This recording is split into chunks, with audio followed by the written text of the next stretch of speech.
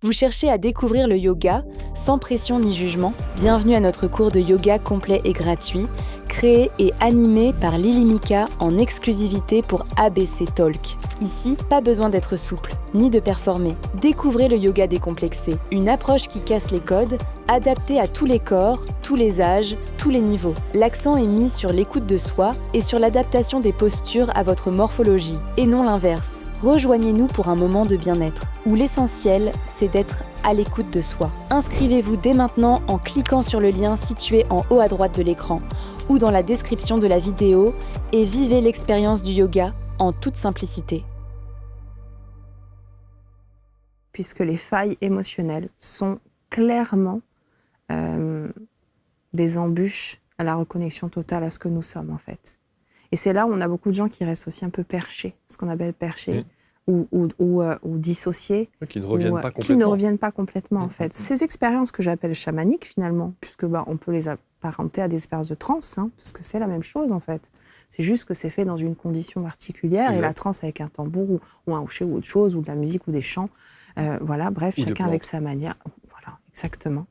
Et cette médecine-là. Et en fait, il est important d'abord d'apprendre à s'explorer soi dans son fonctionnement pour justement mieux retrouver la maison quand on y revient. Et ça, c'est vraiment essentiel.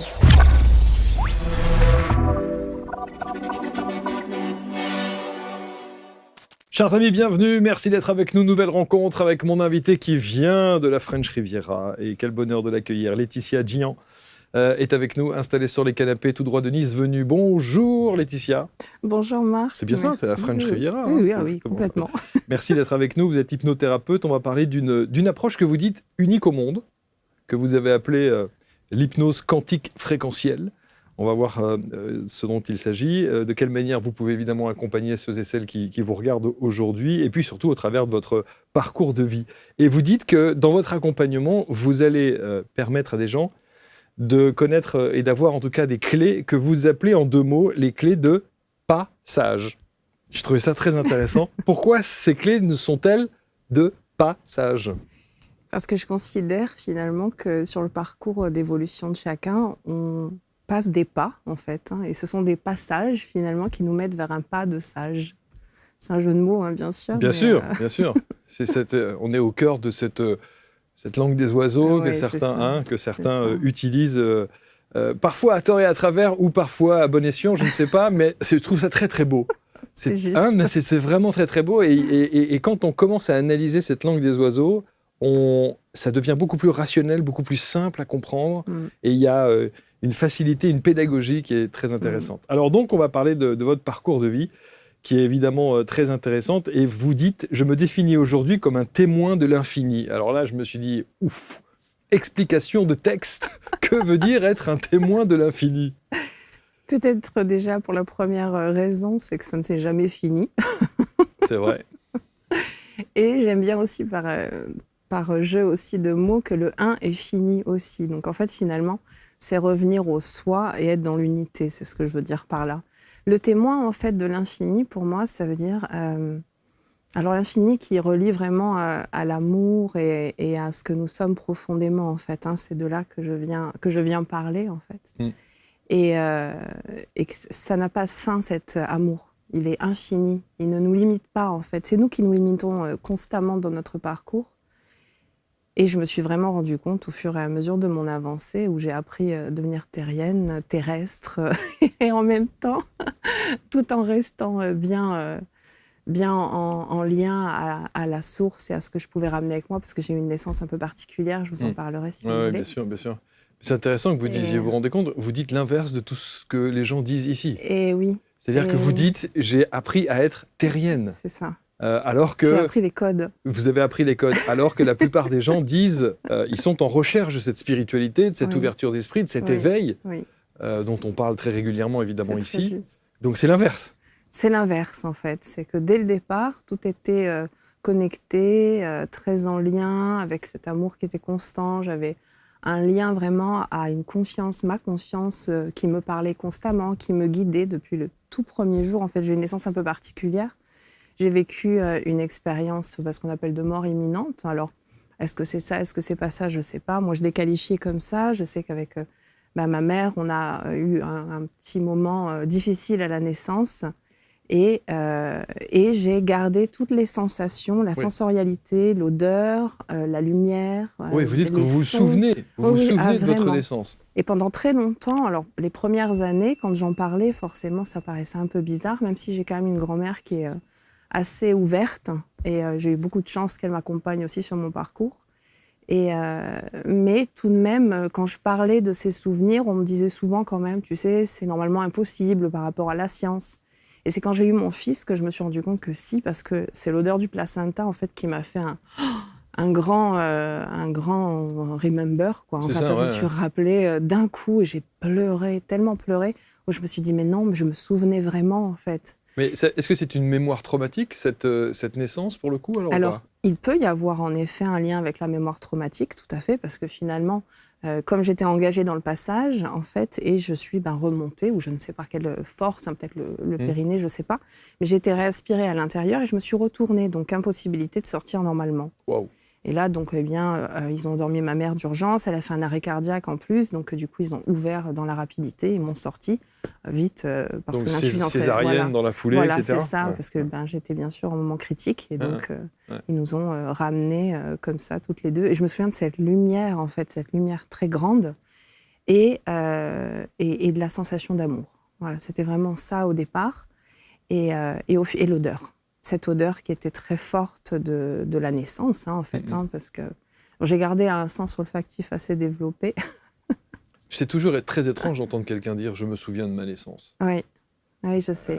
J'ai rencontré d'autres personnes qui m'ont témoigné aussi avoir un souvenir. Peu, c'est vrai. Alors, la plupart des gens qui ont la possibilité de revenir aux sources de leur naissance ont besoin, j'allais dire, d'un support ou d'une approche, notamment l'hypnose, par exemple.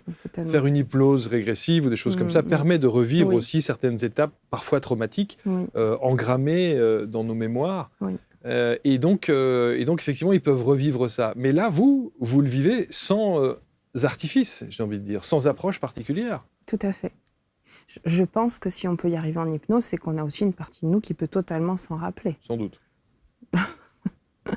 Donc oui, c'est peut-être, j'ai peut-être été... C'est pour ça que je m'appelle témoin, entre guillemets, puisque j'aime bien dire que mon parcours, finalement, peut témoigner que ça existe. Vous voyez ce que je veux dire? Sans me sentir ni dans une félicité particulière, ni dans quoi que ce soit de... Même si, bon, il y a quelques attraits qui sont parfois un peu... Bon, j'ai bien remarqué que je ne ressemblais pas à la norme, la norme normalisée. C'est ça. Mais que finalement, je pouvais peut-être aussi être inspirante et permettre à ceux qui s'étaient un peu oubliés de retrouver leur mémoire et de revenir à ce qu'ils sont. Et c'est aujourd'hui, c'est ça votre chemin et l'accompagnement que vous préconisez. Oui.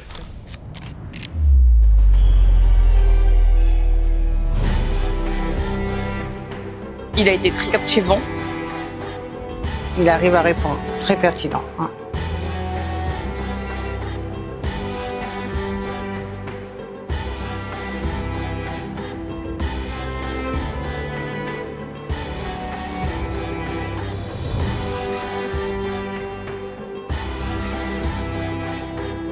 Première fois j'assiste et je trouve ça formidable.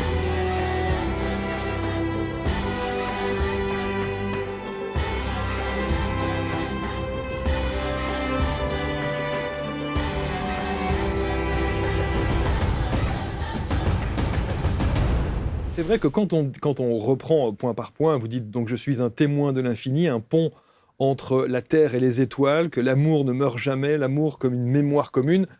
Ouais, ça fait très perché. On est d'accord ou pas? Mais complètement. On est d'accord. Et vous l'assumez complètement, ça? Si vous voulez, les gens qui me connaissent savent que je joue beaucoup, en fait, entre ce côté ancré et connecté, où on peut s'amuser, en fait, parce que finalement, la vie, c'est vraiment un grand jeu. C'est ce que j'ai appris sur mon parcours, c'est que se prendre trop au sérieux et prendre trop les choses au sérieux, en fait, c'est oublier finalement cette source infinie qui est en nous, qui est cette finalement... J'avais envie de dire joie, parce que finalement, c'est un état naturel, la joie. C'est pas une émotion. Ça fait pas partie de la catégorie des émotions, réellement. Mais c'est revenir à quelque chose d'assez simple que l'enfant lui-même... Alors, c'est vrai que j'aime beaucoup travailler avec les enfants. D'ailleurs, il y a quelque chose avec les enfants, c'est-à-dire quand ils rentrent dans le cabinet, tout se joue avec le regard. Bien sûr. Le regard et la personne, si on est bien aligné, bien dans nos baskets, ils le sentent tout de suite. Et alors là, vous voyez, ça s'envole tout seul, en fait, toutes ces espèces de drames ou de complexités qui peuvent se mettre parfois, parce qu'ils essayent, en fait, d'imiter. En fait, c'est ça, quand je vous dis que j'ai appris à être terrienne. C'est un grand mot, bien sûr. C'est que j'ai appris, en fait, les codes d'une société qui est clairement malade et qui ne va pas du tout dans le sens naturel de l'humain, qui est beaucoup plus en lien à la nature, à l'animalité, à quelque chose qui est très instinctif, en fait, en nous.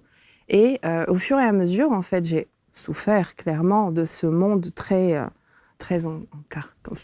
j'ai encore inventé un mot, j'adore ça, mais très enfermé, on va dire plutôt.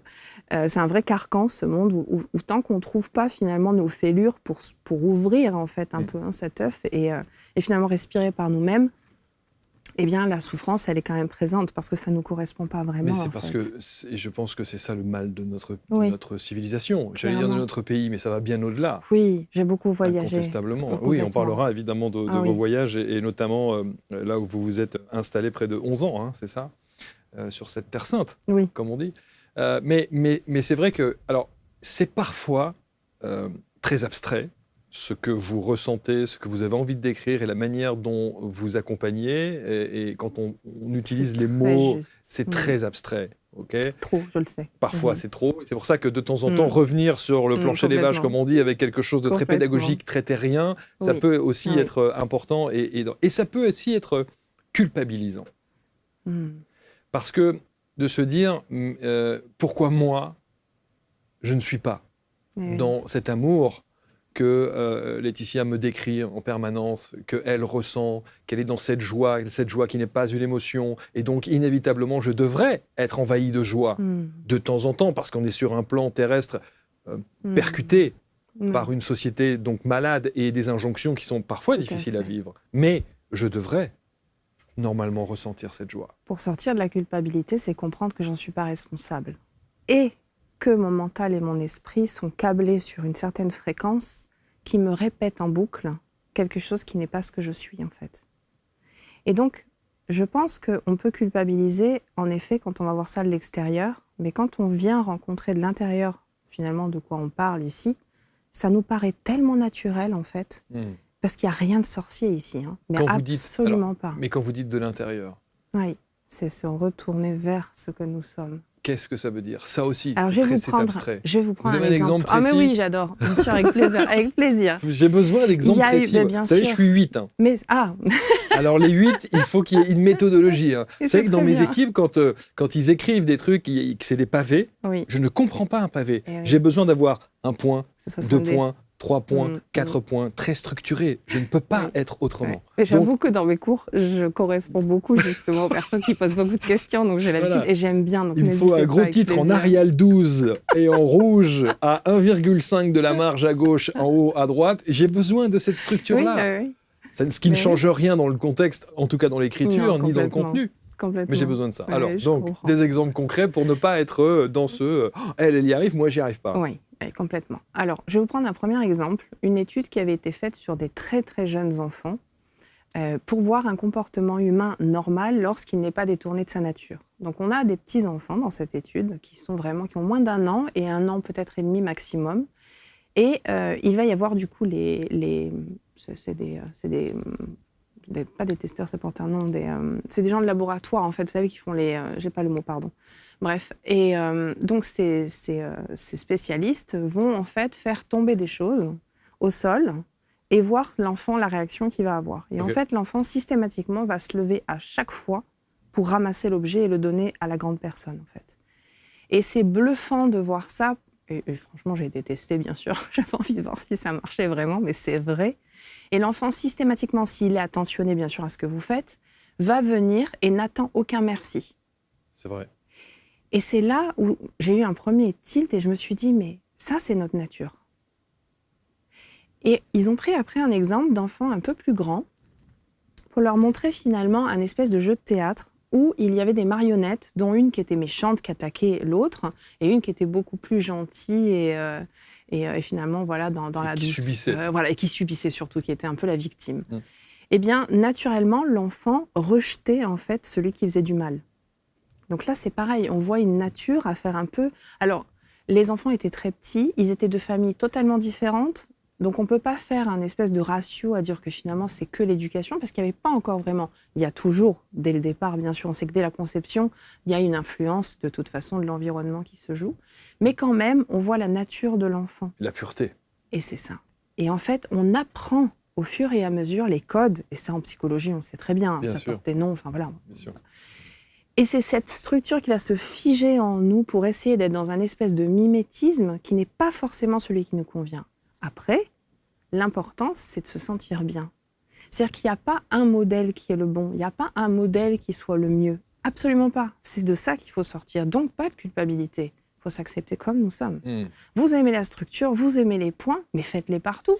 Et adorez ça. Mais c'est ça. Et c'est génial. Et moi, je trouve ça génial. J'ai vu le même exemple chez des scientifiques qui avaient mis dans une même salle, ils avaient mis des bébés qui devaient avoir aussi 1 an et demi, peut-être 2 ans, et ils sont assis et ils jouent. Et à un moment donné, ils lâchent dans cette pièce des serpents. Ouh. La réaction d'un adulte serait, la plupart du temps, effrayée. Et je veux dire, on serait là, oh non, moi j'aime pas, oh non, je veux pas toucher, c'est visqueux, et je veux pas ceci, je veux pas cela. L'enfant ne connaît pas cette notion de peur. Oui. Il n'a pas été formaté à Oui. attention danger, ou attention méchant, ou attention ceci. Et donc, il s'approche du serpent, Oui. et il joue avec. Oui. Et ça ne pose aucun problème. Et c'est là où on se rend compte à quel point on est formaté Complètement. dans un système qui fait qu'à l'âge adulte, quand on prend un peu ce recul et quand on regarde ses enfants et la pureté de ses enfants, on se dit à quel point on s'est trompé. C'est ça. Alors après, on ne peut pas en vouloir évidemment à notre éducation ni à nos parents, Non. mais peut-être qu'en tant que parents, voir comment est-ce qu'on peut réagir par rapport à nos enfants. Vous avez des enfants ? Oui, 2. Qu'est-ce que, du coup, maintenant que vous avez ce recul, cet accompagnement et ce professionnalisme spirituel, si je puis dire, est-ce que justement il y a une autre façon, une autre approche, une autre éducation que vous inculquez à vos enfants ? Oui, totalement. Dans une ouverture différente. Vous pourrez témoigner. C'est pas loin. Mais oui, totalement. Alors, ils ont pris une voie justement de l'accompagnement eux aussi, ce qui n'a pas été influencé à la maison du tout. Puisque dans mon parcours, j'ai quand même pris le temps au départ de pouvoir être avec mes enfants. J'ai eu cette chance de passer les premières années avec eux et d'avoir leur papa qui soit justement, lui, plutôt dans le côté travail. Et j'ai eu la chance de pouvoir mener une éducation qui ressemblait à mes intuitions et à mes instincts. Et c'est drôle que vous me dites ça, parce qu'il y a un petit côté quand même intuitif, parce que j'étais en train de penser quand vous parlez, justement, à la manière dont j'ai élevé mes enfants. Et c'est drôle que vous me le demandez à ce moment-là. Et j'ai toujours été très inspirée des peuples qui sont très proches de leurs enfants, comme les peuples africains, où j'aime beaucoup... Alors, quand je parle du peuple africain, c'est vraiment l'ancien temps, les tribus encore, et la manière dont l'enfant... Qui existe encore totalement, bien sûr. et qui ont leur manière de garder l'enfant à proximité, en fait, et de ne pas le mettre finalement en manque au départ. Donc, ils portent les enfants, alors ils sont assez proches, elles vont allaiter, elles vont avoir... voilà. J'avais envie de m'inspirer de ça, moi ça me parlait en tout cas, et de laisser l'espèce d'instinct à l'enfant, sans le contredire dans l'instinct, mais en mettant un cadre qui était juste, que j'appelais en fait les contrats de compromis. Quand ils ont grandi, on appelait ça un peu comme ça. C'est-à-dire qu'on peut négocier, mais dans une certaine marge, tout dépend, voilà, Parce que le cadre est nécessaire aussi. C'est essentiel Bien même, sûr. c'est même Bien sûr. essentiel. Bien sûr. Sinon ça rassure pas en fait. Mais c'est toute la difficulté du positionnement de ce cadre. Oui. C'est-à-dire que oui, le cadre est nécessaire, et d'ailleurs on sent bien que dans certaines familles, il en manque considérablement, ça éviterait d'avoir des crétins dans les rues. Mais en même temps, on se dit que positionner, je suis un peu excessif parfois dans mes mots, mais il y a tellement des choses qui m'excèdent comme ça que je le dis et les gens savent à quel point j'ai aussi ce franc-parler-là. Mais c'est là aussi, c'est difficile d'être parent. Ça l'est. Vous parlez de compromis, mais jusqu'où le compromis peut aller ? Quelle est la limite du compromis ? La limite du compromis, c'est ce cadre. Comment est structuré ce cadre ? Un de mes secrets, si je peux dire secret, ça a été de montrer ma vulnérabilité, d'être authentique en fait. J'ai jamais joué à la superwoman, j'ai jamais joué à celle qui sait tout. J'ai toujours dit que je savais selon ce que je connaissais, que c'était la vérité du moment, et que selon ça, on allait se poser et on pouvait en parler. Quand ils ont grandi, je parle, quand ils ont commencé. Il n'y a pas vraiment une crise d'adolescence, en fait, à la maison. Ils ont exprimé tout le temps, en fait. Et bien sûr, on pouvait être en désaccord. Ça, c'est totalement normal. Il y a eu des moments qui étaient plus faciles que d'autres, mais il n'y a jamais eu ce moment de... En fait, vous savez, ce qui est vraiment dangereux dans l'éducation, c'est de jouer au dominant-dominé. Et malheureusement, notre éducation, surtout dans les pays un peu européens, on a beaucoup cette notion-là, mais pas que, parce qu'on peut le voir de plus en plus encore dans d'autres pays où finalement, avant, il y avait des valeurs, mais ces valeurs se transforment en dominé-dominant. Sauf que quand vous êtes obligé de positionner un cadre et donc avoir une décision finale, en l'occurrence, c'est quand même vous qui prenez la décision finale. Oui, sauf que dans le... Je m'excuse, du coup, on approfondit, mais c'est important ce que vous dites. Quand on pose un cadre, ce n'est pas dominer l'autre. Quand on pose un cadre, c'est un cadre de sécurité selon le savoir, en effet, de quelque chose qui est bénéfique pour l'enfant auquel on va croire et positionner les choses. Mais très souvent, on voit dans l'éducation... Alors, je sais que certains parents, peut-être, ne s'en rendent pas compte. C'est vraiment pas... Souvent, c'est pas volontaire, absolument pas. C'est pour ça que je les accompagne beaucoup, même dans les... Vraiment, j'ai un accompagnement qui est très franc de vérité, en fait. Vous voyez, où on peut aller dans les choses, on voit qu'il n'y a jamais de jugement. Et donc, en fait, parfois, le parent ne se rend pas compte, mais il rejoue quelque chose que lui-même, en fait, a vécu. Évidemment. Et c'est là où ça va bloquer la plupart du temps. Parce que l'enfant sent que c'est pas juste. C'est pour ça qu'il pousse. Il va pousser jusqu'à l'extrême, c'est-à-dire il va amener à ce que le parent soit excédé et sorte de ses gonds. Parce que finalement, c'est là où il y a quelque chose qui se passe. C'est vrai que les jeunes et les enfants sont là pour déstructurer ce qui est figé et poussiéreux. Il faut quand même le reconnaître. Sans la jeunesse, le monde n'évolue pas. On a besoin de la jeunesse, c'est important. Mais malheureusement, cette jeunesse, parfois, elle n'est pas écoutée et pas entendue. Vous êtes de la même génération que moi. On a tous connu le regard de la personne âgée qui nous juge dans le bus parce qu'on est jeune. On a connu. Et c'est encore, juste le fait d'être jeune, voilà, juste le fait d'être jeune, ouais, on est coupable de quelque chose, en fait. Et c'est ce manque de considération et d'égalité qui ne devrait pas être là. C'est là, en fait, ce jeu de dominant-dominé. Parce que naturellement, un jeune, quand il a conscience de la personne, il va lui laisser sa place, mais il va le faire par lui-même. Il n'aura pas besoin d'avoir cette espèce de rentre dedans. Alors, je sais que la personne âgée a son histoire, c'est toujours pareil. Chacun a son histoire. Et c'est là, en fait, où il faut œuvrer ensemble, dans le sens de dire, OK, bon, on se remet un peu en question, et puis finalement, est-ce qu'on ne peut pas faire autrement? Alors, bien sûr, au sein de la famille d'abord, ce qu'on peut en tout cas changer, et puis au sein des gens autour de nous, pourquoi pas au sein de son entreprise, pour les gens qui sont justement dans des entreprises, et qui voient que finalement, faire changer les choses, ça permet de faire évoluer, sans rentrer dans une dramatisation non plus des émotions, quoi. Après, quand vous parlez effectivement et que vous prenez l'exemple du bus et de cette mamie qui n'a pas de place alors que le jeune est installé là, c'est pas une question, moi je pense que c'est évidemment d'abord une question de bon sens, une question d'éducation, une question de respect de nos aînés et une question, ça devrait être un automatisme. C'est ça. C'est même pas, il n'y a même pas de réflexion ou il n'y a pas à cogiter, quoi. C'est comme quand on voit une femme enceinte qui arrive dans les transports en commun, évidemment. Il n'y a plus de place, on lui laisse la place. Enfin, je veux dire, c'est une question de respect. Et c'est quand même ce qu'il y a 90% du temps. Bien sûr, bien sûr. Voilà. Bien sûr. On a tendance en fait à relever les points négatifs et de ne pas se rappeler les points positifs. Ça, on est très doué pour ça, l'humain.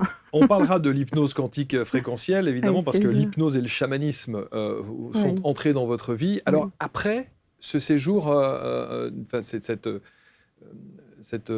comment dirais-je, cette étape de votre vie qui a duré 11 ans en Israël, c'est là que vous découvrez cet univers du chamanisme et de l'hypnose ? Ou c'est à votre retour en France ? On va dire que j'avais déjà conscience de l'état modifié de conscience. Ça, j'en avais déjà notion. J'avais juste pas le mot hypnose. Enfin, si, je connaissais un peu l'hypnose, mais j'étais un peu comme les gens qui connaissent pas. Je me disais, oh, tiens, ils font quoi? Ils vont me faire un truc bizarre dans la tête, là. C'est du spectacle. Oui, c'est ça. Il y avait un client comme ça qui venait dans un endroit où je travaillais un peu pendant mes études les week-ends. Et il y en avait un, il avait un look un peu spécial. En plus, à chaque fois, je voulais pas qu'il me regarde dans les yeux. J'avais peur. Si j'avais su que je ferais de l'hypnose un jour, ça me fait rire.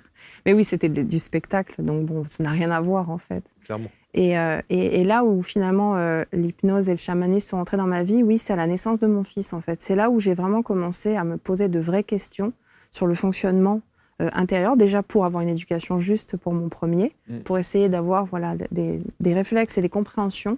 Il y a un livre qui m'a beaucoup marqué, je peux le citer. Bien sûr. C'est de Edwige Antier, c'est Itinéraire d'un nouveau-né. J'ai beaucoup aimé son approche très humaine où elle regarde l'enfant comme un être qui réfléchit vraiment. Alors moi, forcément, je me suis sentie valorisée par rapport à tout ce que j'avais vécu enfant, où j'ai des mémoires complètement intactes de mes pensées, et de cette conscience à côté de moi qui m'indique et qui me guide. J'ai jamais remis en cause l'amour qui nous accompagne, en fait. Mmh. Je l'ai appris plus tard. C'est là où les questions se sont posées. Mais elles ne se sont pas vraiment posées. Du moins, j'ai un peu boudé. Mmh. Mais c'est vite passé. Et à la naissance de mon fils, c'est vrai que là, je me suis posé de réelles questions. Et sur mon cheminement, j'ai rencontré vraiment des gens extraordinaires, donc là où je vivais. Et parce qu'il y avait une ouverture peut-être plus grande, je ne sais pas, j'avais aussi plus de temps, j'avais mes enfants, donc ça me laissait du temps pour pouvoir parcourir tout cet univers. Mais de là à se dire qu'on va devenir thérapeute? Bien, on va dire que j'ai toujours fait ça. Alors, j'ai peut-être une anecdote rigolote à vous raconter. Si ma grand-mère était là, elle pourrait le confirmer. Elle est en vie, hein, ma grand-mère, mais si elle était là physiquement. Quand j'étais toute petite, donc j'avais, je devais avoir dans les 4-5 ans, hein, quand voilà, je nomme ce moment-là. En tout cas, je l'ai encore en souvenir, moi aussi. Et elle avait des étudiants et étudiantes qui dormaient à la maison. Elle faisait un peu chambre d'hôte, en fait. Et en fait, les étudiantes, il y avait beaucoup d'Allemandes. Et en Allemagne, ils sont assez ouverts, en fait, sur la médiumnité, sur la perception. Et ma grand-mère était tarologue assez reconnue aussi. Donc, et puis, elle faisait des voyages astro. Parce que, voilà, elle arrive à sortir voilà, une partie de sa conscience et voyager avec. Et c'est vrai que, du coup, elles avaient déjà entendu ça. Puis elles se sont vite rendues compte, les jeunes filles, que je délivrais des messages assez rapidement. Mais c'était très naturel, en fait. Je ne faisais pas attention que c'était hors norme. Et donc, les matins, souvent, je me retrouvais coincée dans la cuisine avec les filles qui me posaient des dizaines de questions sur leur vie amoureuse, sur leur alimentation. J'avais 4 ans quand même, il faut bien voir le contexte. Et je m'avais ma grand-mère qui arrivait derrière en disant « Mais laissez-la tranquille, ça suffit !» Et en fait, ça répondait vraiment à leurs questions apparemment, puisqu'elles en redemandaient constamment. Moi, je ne savais pas ce que je faisais réellement. Et ce qui a été frappant, c'est qu'à la naissance de mon fils, eh bien, j'ai eu le même phénomène, sauf que ce sont des chamans qui sont venus me voir et qui ont voulu questionner mon fils, en fait, plusieurs fois, parce qu'il avait apparemment un sens connecté lui aussi. Et comment ces chamans prennent contact avec vous? Alors, on s'est rencontrés dans la rue. Un truc très bête, quoi. Mais complètement. Dans la rue, vous croisez des chamans? Oui, parce que vous savez... Qui vous disent « je suis chaman » ? Vous savez, dans notre société, on aime bien mettre des étiquettes sur ce que c'est un chaman. Il y a du chamanisme dans le monde entier. C'est vrai. Il y a du chamanisme urbain. Exactement. Mais bien sûr. Et puis, tout le monde peut potentiellement avoir une âme chamane, si on peut dire. Alors, c'est quoi? C'est une âme guide, en fait. C'est une âme qui peut-être passe des étapes plus rapidement que les autres. Alors, il existe aussi je pense, des degrés. Il y a des personnes qui vraiment ont des existences assez extraordinaires. On en connaît comme Ama ou des gens qui ont vraiment quelque chose de très fort dès le début. Et puis, il y en a d'autres qui cheminent un peu plus rapidement. Puis, il y en a d'autres qui s'éveillent un peu plus sur le tard. Je ne pense pas qu'il y ait de règles, en fait, tout simplement. Mais voilà, à ce moment-là, j'ai eu la chance de rencontrer justement ces 3 personnes qui m'ont bien secouée. Qui vous disent? J'ai vu mes schémas assez rapidement, en disant que quand vous rencontrez des chamans, ils vous tirent le voile de ce que vous ne voyez pas réellement. Que vous ne voulez pas voir. Voilà, exactement. Ouais. Et hop, et vous vous retrouvez à nu. Donc, révélation? Oui, beaucoup de révélations à ce moment-là, et notamment avec la naissance de mon fils. Comme, si vous voulez, comme j'ai eu cette enfance particulière, j'ai eu aussi des moments de vie un peu difficiles où j'ai eu des parents très jeunes qui, à certains moments, n'ont pas pu m'accompagner. Donc, j'ai été chez une grand-mère que je ne connaissais pas. Ça a été un moment de vie assez compliqué. Ce n'était pas chez moi, c'était c'était en Bretagne. Et j'ai vécu des moments assez durs émotionnellement, mais aussi très puissants parce que je me reconnectais à la nature comme je n'avais jamais connu. Moi qui étais la petite fille de la ville, j'arrivais en campagne et là, je découvrais la boue, je découvrais les insectes, je découvrais les fleurs, les plantes et tout ce qui allait avec. Et en fait, ça m'a... À ce moment-là, j'étais très proche de ce qu'on peut appeler une spiritualité, de l'amour, en fait, que je ressentais, qui m'accompagnait tout le temps. On pourrait appeler ça des guides, mais j'aime pas trop mettre tous ces termes, en fait, même si des fois, j'aime bien jouer avec le perché. Mais réellement, je pense que c'est quelque chose qui est là avec nous constamment. C'est une conscience qui est là. Et on peut la subdiviser tant qu'on veut, mais quoi qu'il arrive, c'est une unité aussi. Et je communiquais très facilement, en fait. C'est comme si ça me guidait. Je savais intuitivement où est-ce qu'il fallait que j'aille au moment où j'y allais. Vous voyez, je ratais pas de rendez-vous. Enfin, c'était fou quand même, combien tout était bien rythmé et facile. Et en fait, mais le moment a été très, très dur à un moment donné. Et j'ai à un moment donné, j'en ai voulu au ciel, entre guillemets, parce que je me sentais abandonnée, en fait. Je me suis dit, pourquoi je vis cette expérience-là? Et je vous parle de ça, j'ai 7 ans quand même. Mais je suis en train de les engueuler et en dire, pourquoi vous me faites vivre un truc comme ça? Je comprends pas, là, je comprends pas. Ce qui, avec le recul, est une chance extraordinaire. Mais en complètement, Bien sûr. Lara. J'oublierai jamais, en fait. Il y a eu des moments, c'est vrai, très compliqués. Mais ce que j'ai découvert en moi à ce moment-là, ça a été... Enfin voilà, puis c'est un âge où normalement, on ne vit pas vraiment ces découvertes-là. Donc vous imaginez la richesse que ça a apporté. Arrivée à l'adolescence, j'ai eu vers les 14 ans... pareil, je suis madame anecdote, donc ça va peut-être vous faire rire. Je fais ma première soirée avec les amis, on boit un peu d'alcool. Voilà, tout simplement. Le truc très bête, c'était la première fois, j'en avais jamais bu. Et en fait, à ce moment-là, j'ai un éclair de perception, de lucidité médiumnique, en fait, qui est arrivé. Et j'ai le père de mon compagnon de l'époque, qui était décédé, qui est venu, en fait, et qui m'a parlé comme je vous parle là, en fait. Et donc, j'ai dit à mon compagnon tout ce qu'il lui disait. 14 ans. Tout va bien. Tout va bien. Je voyais C'est mon l'alcool. compagnon se décomposer, c'est ça. Mais moi, je me disais, C'est bon, l'alcool. je lui fais pas trop gaffe, je sais pas trop ce que je dis. Et en fait, lui, il pleurait. Il pleurait parce que je lui donnais des choses que je ne savais pas. Très en précis, fait. j'imagine. C'est extrêmement précis. Oui. Et ça a changé quelque chose dans sa vie parce qu'en plus, il y a même prévenu de quelque chose qui était potentiellement devait arriver, qu'il fallait qu'il fasse attention. Ok. Donc, j'avoue que j'ai été très choquée par cette soirée-là parce que je me suis dit, mais qu'est-ce qui s'est passé? Lui ne m'a plus regardé pareil, en fait, après ça.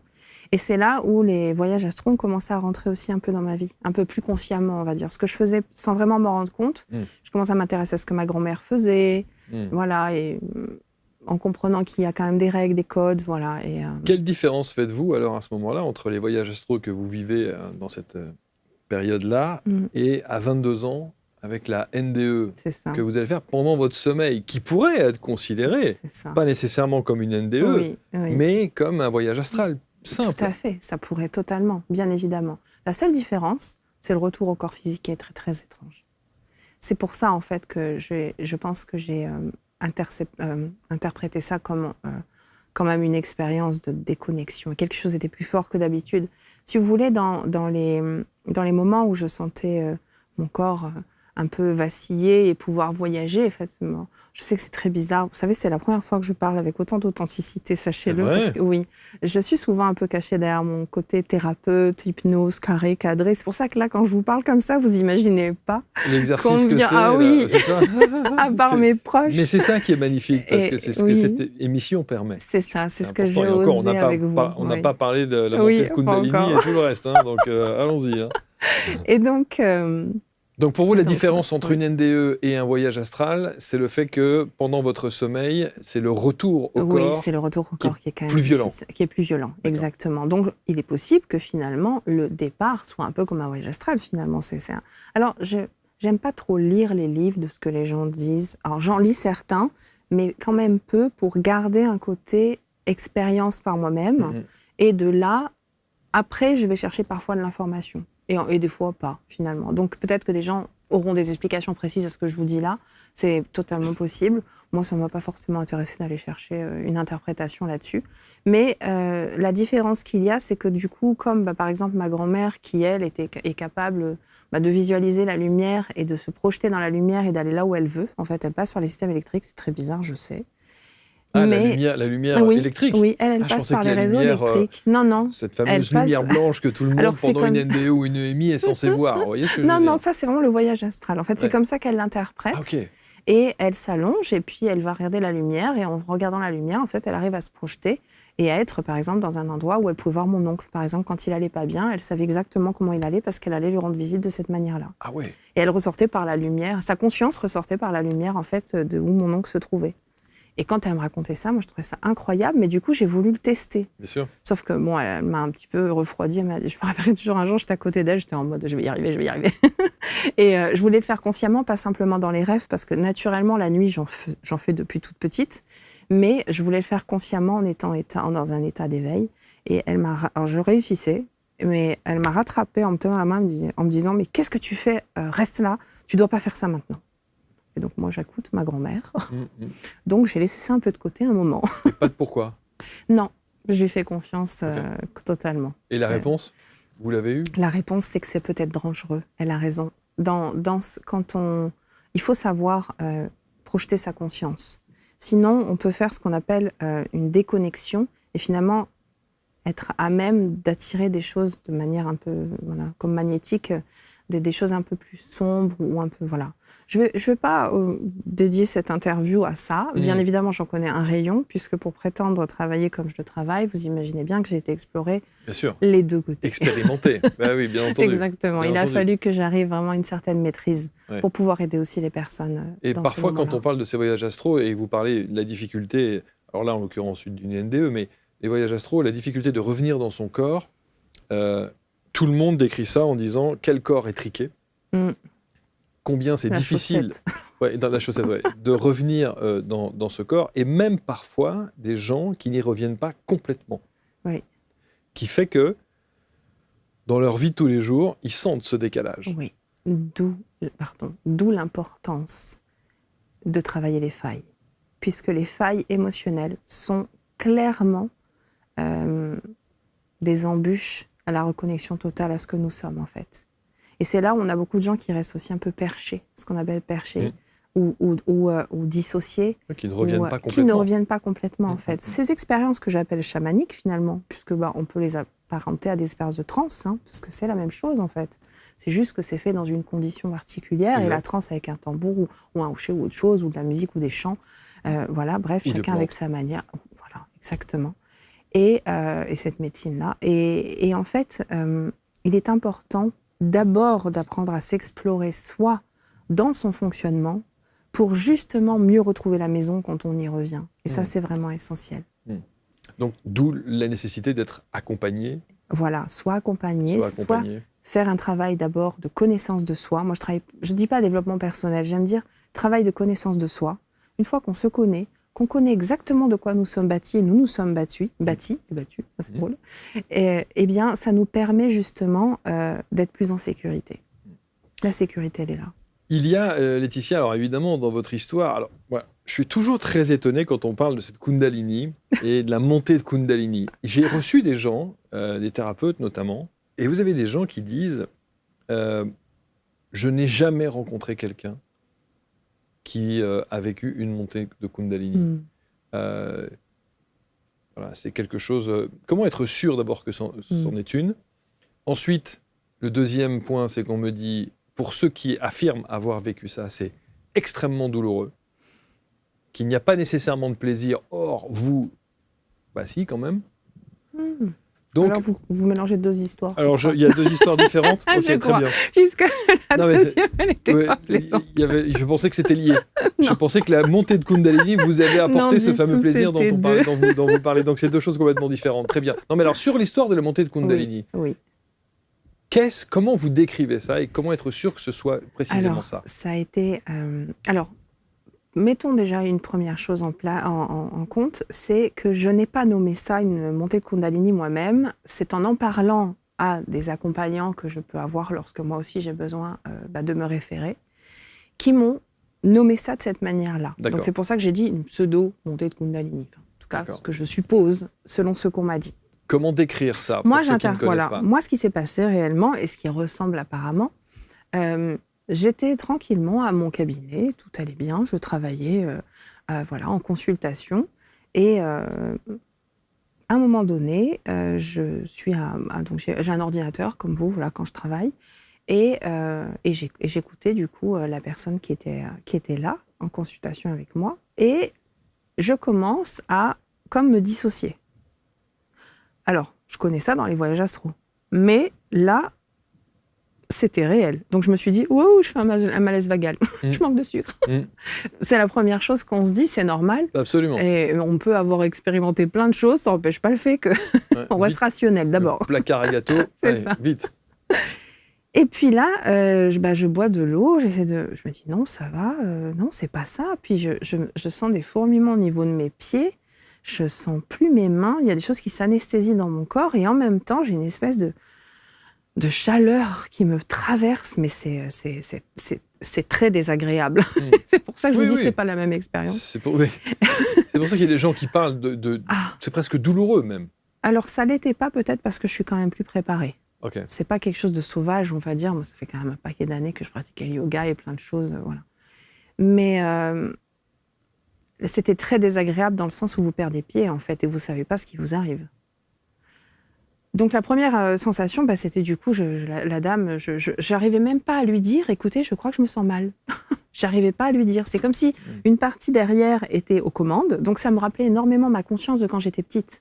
Vous voyez, ça m'a rappelé ça énormément.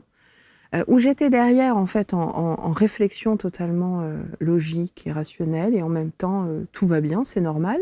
Et je voyais l'autre moi qui faisait la séance avec la cliente. Ça, c'est très étrange. Je me suis dit, ça y est, je deviens folle. Ça y est, c'est bon.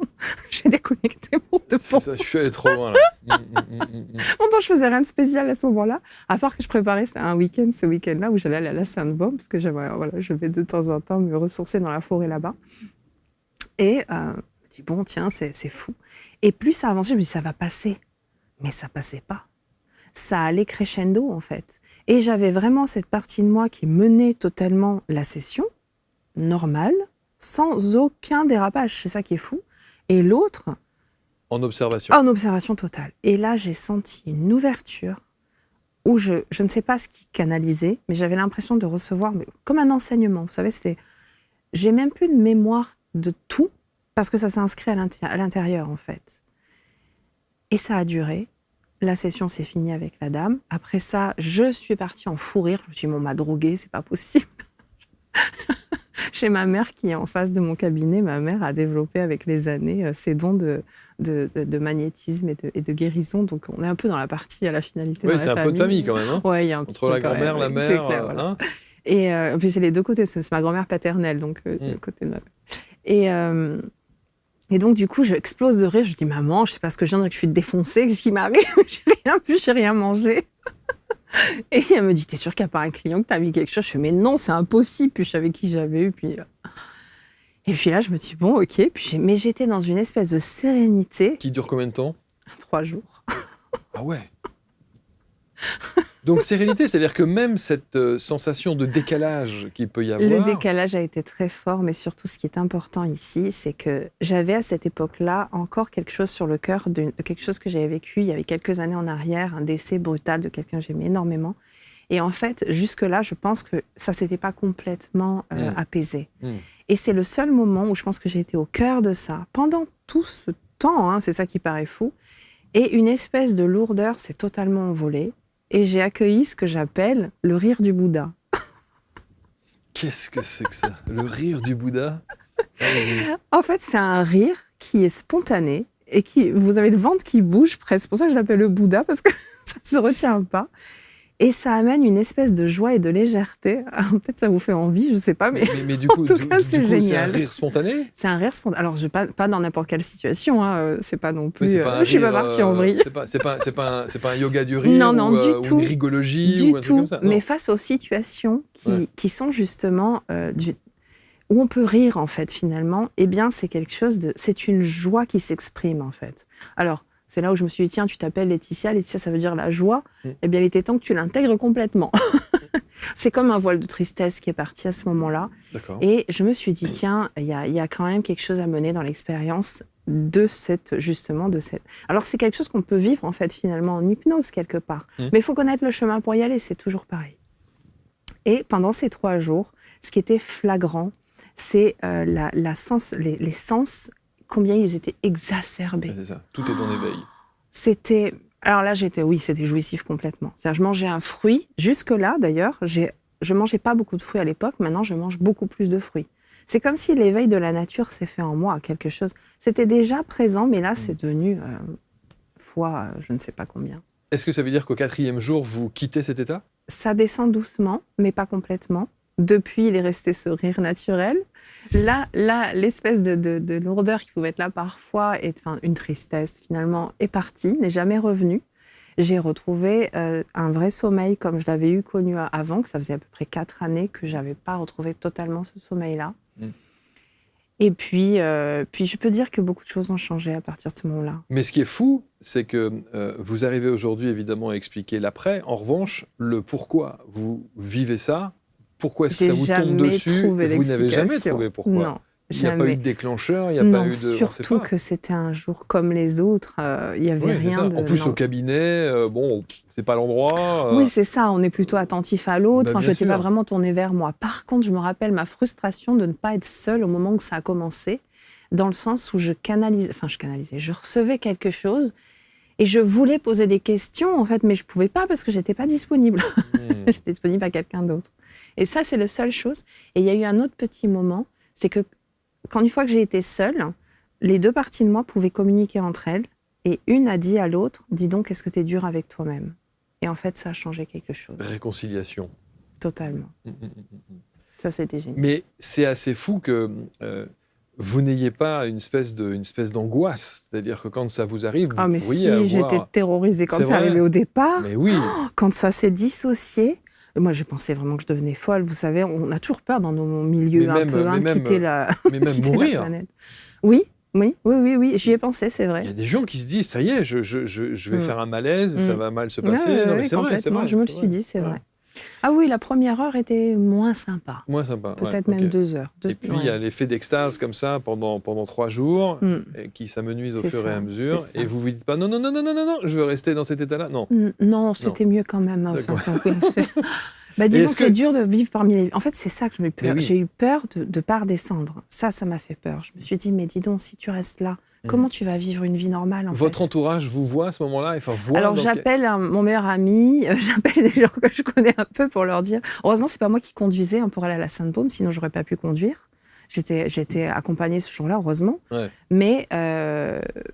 Mais voilà, oui, ceux à qui je parle, ils rigolent et ils me disent tous, mais dis donc, donne-nous la recette, nous, si on voudrait la même chose. C'est sûr. Vous n'avez jamais pu revivre ça comme ça? Non, mais il y a quelque chose qui est resté quand même. C'est-à-dire que je pense, maintenant, quand je me mets en état de méditation ou de présence, l'ouverture, elle est beaucoup plus forte. Et même dans vos guidances, j'allais dire, dans oui, vos accompagnements. ça a changé encore des choses. Ouais, j'imagine. Et je pense quand même que même si je ne peux pas dire exactement l'instant qui a déclenché ça, je peux quand même dire que c'est un état de finalité, de construction intérieure qui s'est faite avec une bonne base et une possibilité de faire péter le bouchon de champagne, en fait. Vous voyez, c'est un peu comme cette tour qui est là et qui peut ouvrir enfin. Ouais, c'est ça, ouais. Moi, j'aime bien le tarot. En plus, ma grand-mère est tarologue, donc j'ai la maison de Dieu un peu devant les yeux.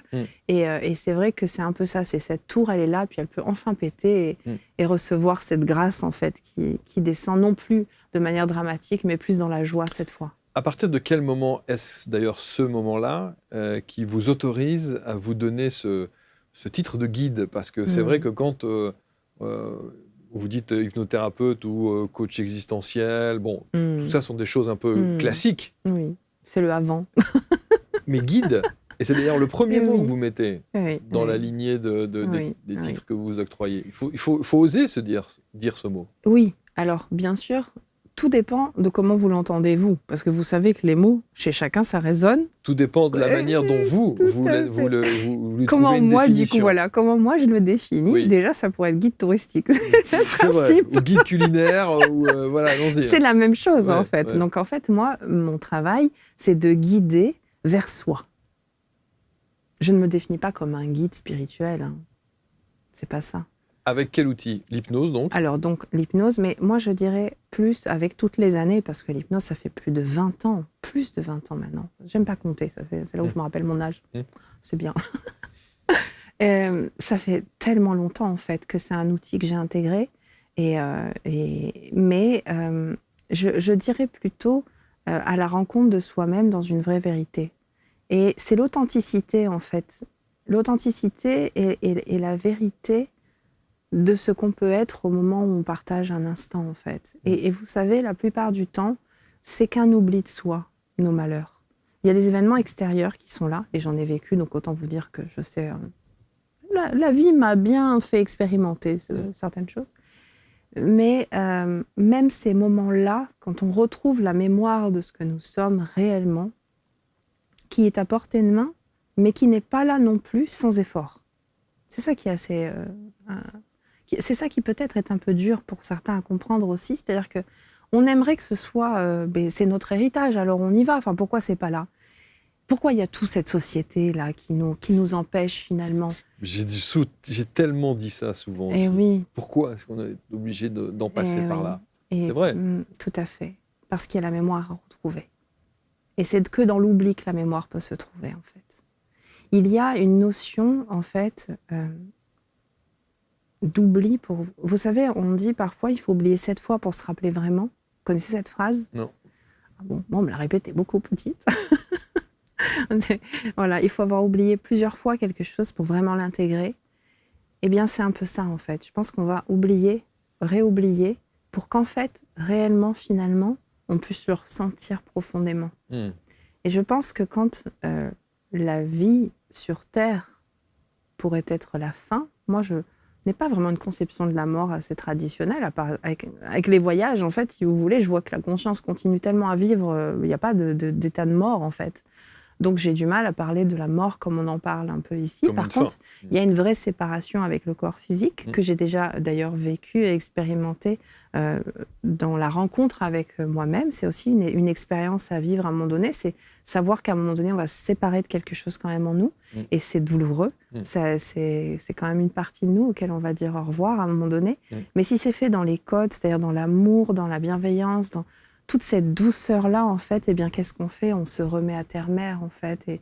Et alors, j'aime bien dire terre-mère parce que, bon, faut pas l'oublier quand même, on est issu de cette matière. J'entends ce que vous me dites. Et c'est tellement plein de bon sens, tellement de justesse, tellement d'amour aussi dans la manière dont vous dites les choses. En revanche, on peut aussi se dire que est-ce qu'on peut tenir ce discours-là quand on sait qu'on est aux portes, au cœur d'une souffrance inégalable. Est-ce qu'on peut dire la même chose? Vous savez, la souffrance, c'est aussi une fonction cérébrale. Et oui. Et tout est aussi dans la capacité de cet instant-là, de ce qu'on a quelque part besoin de ressentir. Vous savez, c'est dur, hein, mais vous connaissez la démence sénile? Chez certaines personnes âgées, lorsqu'elles vieillissent vraiment, je connais au travers, bien sûr. C'est ça. Souvent, ces personnes... Je n'ai pas vécu ça, en tout cas. Comme j'ai pas mal de gens les récits sont assez similaires. Vous savez, ce qui est bien, c'est que, comme ça fait quand même plus de 15 ans que j'accompagne réellement, c'est mon métier, c'est pas j'ai fait ça en dilettante, c'est mon métier H24. Et c'est vrai que ça m'a amené énormément d'expérience humaine aussi, qui a pu confirmer certaines choses aussi. Eh bien, vous savez, quand quelqu'un... souvent, on voit que ces personnes, lorsqu'elles perdent un peu la tête, elles vont montrer des visages différents de ce qu'elles avaient été, finalement. Et ce qu'on appelle parfois cette démence sénile, j'ai des personnes qui relatent que la personnalité de la personne devient presque diabolique, en fait. Horrible, d'une méchanceté féroce, en fait. Et eh bien, c'est ces croyances et ces perceptions internes. C'est ce qu'on est censé travailler quand on est vivant encore, quand on est bien conscient. C'est pour ça, en fait, que quelque part, quand on dit que le réveil, il est d'abord par soi-même et qu'il n'y a rien à changer à l'extérieur, c'est tout à l'intérieur qu'il faut aller explorer. Parce que c'est là où je vais vous amener finalement à pourquoi j'ai appelé ma pratique hypnose quantique fréquentielle. Parce qu'en fait, réellement, c'est changer de fréquence. Changer de fréquence, en fait, ça vous amène en effet à devenir alors je ne dirais jamais contrôle, parce que le contrôle, c'est une structure rigide menée par la peur. Je parlerai de maîtrise, apprentissage, connaissance et mise en place dans l'expérience. Quand vous changez de fréquence, vous pouvez vous rendre compte que même les gens vous sourient dans la rue. Ce que vous mettez en place et ce que vous émanez construit votre existence, en fait. Vous savez, une fois, je marchais dans la rue, j'étais avec un ami et je lui disais... Et c'était une rue un peu malfamée, un peu, voilà. Et et puis moi, j'étais quand même habillée assez féminine. Enfin, voilà, j'aurais pu être sifflée ou je ne sais trop quoi. Et mon ami me dit « non, viens, on traverse, on va pas passer là » parce qu'il avait vu 3 jeunes un peu qui semblaient un peu excités, à se parler un peu. Hein. Et je lui ai dit « non, on va pas traverser, on va rester ». Et je lui ai dit « tu vois, c'est maintenant, en fait. C'est maintenant que tu peux le voir si tu veux le voir. » Et là, je lui ai dit « viens, on avance ». Et je suis juste dans mon authenticité, en fait, c'est tout. Je ne cherche pas à faire quoi que ce soit de spécial. Je me dis que de toute façon, ce qui doit arriver arrivera. La vérité, c'est juste que je suis dans ma fréquence. Eh bien, vous savez ce qui s'est passé? Le jeune s'est poussé pour me laisser passer et m'a dit « pardon, madame ». Et l'autre l'a regardé, il a dit « mais t'es une tapette, toi, ou quoi? Pourquoi tu lui dis pardon ?» Même lui, il n'a pas compris ce qui s'est passé, en fait. Et je l'ai remercié et je suis passée. C'est ça, la fréquence, en fait. Et quand je propose dans mon travail c'est ça, c'est changer cette fréquence. Cette fréquence de perception, c'est une capacité que nous avons de manière innée. C'est pas de la magie. Et cette fréquence, on va la chercher par le biais de l'hypnose? Oui, de l'hypnose, mais de la musicothérapie aussi, musicothérapie. la fréquence sonore, qui va vraiment venir activer certaines choses, libérer d'autres. Quand je travaille avec des jeunes enfants, je travaille beaucoup avec des jeunes enfants où les parents sont souvent dépassés par les crises, l'anxiété, la phobie, ou des choses, ou même parfois de la colère intense. Eh bien, tous les parents voient qu'en fait, quand on travaille, c'est assez rapide sur les enfants. La plupart du temps, ils sont assez scotchés de voir ce que le son peut aider à faire. Et aujourd'hui, le son, je l'ai intégré dans ma voix et c'est vrai que par la voix, ça passe. Par le chant?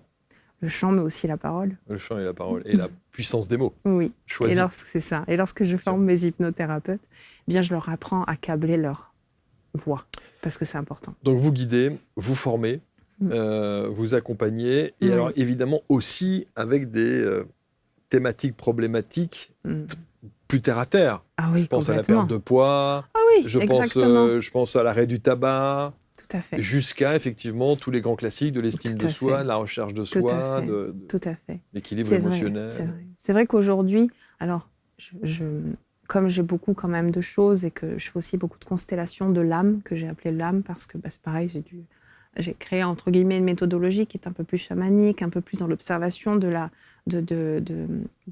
toutes les aspérités en fait de l'humain. Bien sûr, le familial en fait partie, mais pas que. Et je sens que vous êtes prêt pour une séance d'hypnose, Marc. Et Non, je vous écoute très très attentivement. Mais c'est ça l'hypnose. C'est un état de concentration supérieur. C'est vrai. Et quand parfois je regarde l'heure pour être dans le timing, je me dis on en est déjà là. Oui, c'est exactement la même chose quand on conduit, on ne compte pas les kilomètres. Et pourtant on regarde le compteur et on se dit on a déjà fait 50 kilomètres. C'est ça. Non, mais je suis très exactement ça. Oui, je le vois. Et en fait, donc dans ces approches-là, en fait, on va chercher justement plusieurs points importants. Et ce que je voulais vous dire, du coup, parce que je me suis un peu éparpillée là, c'est que dans les choses que je fais justement, comme il y a beaucoup de choses, je fais des retraites aussi immersives, ce qui est important aussi des fois de passer plusieurs jours ensemble, une semaine ensemble. C'est vrai qu'on va explorer encore. Souvent, je le vois, on va un peu à la rencontre de ce qui finalement en groupe ressort beaucoup mieux que quand on est tout seul dans le cabinet. Il faut pas se mentir. On parle de l'égrégore du groupe, évidemment. C'est une évidence. Et puis ça nous confronte directement à la société. Il y a son regard. Et donc c'est vrai que la perte de poids, je le fais toujours, bien sûr, parce que j'ai une approche de toute façon plus holistique. Et puis un arrêt du tabac aussi.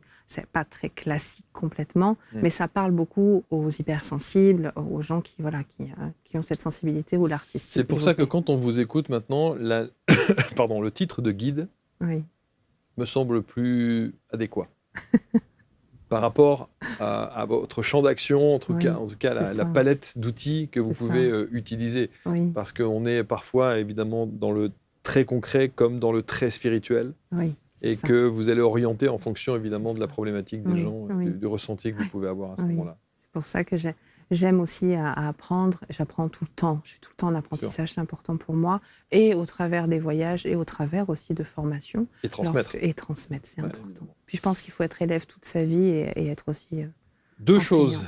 Est-ce qu'on peut vous consulter à distance ou on est obligé d'aller à Nice? Bien sûr, pas mal, à distance. C'est sympa à Nice. C'est sympa, on est pas mal à Nice non plus. On peut me consulter à distance, bien sûr. Allez manger au Palais de la Découverte. Non, c'est le Palais. Non, c'est pas le Palais de la Méditerranée. Le Palais de la Méditerranée. Le Palais de la Découverte, c'est à Paris. Au Palais de la Méditerranée. Oui, très sympa. Ils ont refait. Oui, c'est beau. Il est beau, hein. Oui. Ils ont gardé juste la façade qu'ils ont restaurée parce qu'elle est monument historique. Oui, tout à fait. Elle l'est, oui. Et il y a un très bel hôtel à l'intérieur avec un spa et tout. Et il y a un restaurant à l'étage sur une terrasse qui donne sur la mer. Exactement. Nom de Zeus. Donc on peut vous consulter à distance. Oui, tout à fait. Oui, je travaille depuis des années à distance sans souci. Comme je vous dis, c'est la voie. Donc il n'y a pas de souci. Et voilà. Puis après, et les formations aussi, elles sont aussi mises en place pour pouvoir être suivies à distance aussi. Et les retraites aussi. Oui. Bon, on va mettre autour de la vidéo, parce que c'est très vaste votre champ d'action. Oui, c'est vrai. On va mettre autour de la vidéo tous les liens qui vont vous permettre de rentrer en contact avec Laetitia, de prendre d'abord soin de vous. C'est vrai que... C'est ça. Voilà. Et c'est intéressant de vous entendre parce que le fait que vous accompagniez des tout-petits, ça prouve qu'il y a quand même des parents qui sont dans cette dynamique-là, dans cette énergie-là, dans cette prise de conscience-là. Et vous savez quoi ? Souvent, C'est les petits maîtres qui amènent les parents derrière. Parce qu'en fait, tout ce qu'ils veulent, c'est que leurs parents aillent bien. Ben oui, bien sûr, bien sûr. Et cette pureté des enfants Ah qui oui, est extraordinaire. j'adore. Extraordinaire. Merci Laetitia. De tout cœur, merci Marc. Merci infiniment. Vous allez pouvoir commenter, comme d'habitude, avec bienveillance, partager, bien sûr, le site internet autour de cette vidéo. Prenez soin de vous, prenez contact avec Laetitia. Et juste un mot, pourquoi vous avez choisi ce titre, Souviens-toi? Souviens-toi de qui tu es réellement. Tu es amour, tu es un être d'amour. Avec une structure. Et aime-toi. Tout va bien. Allez, merci, on se retrouve très vite pour une prochaine rencontre. À très bientôt.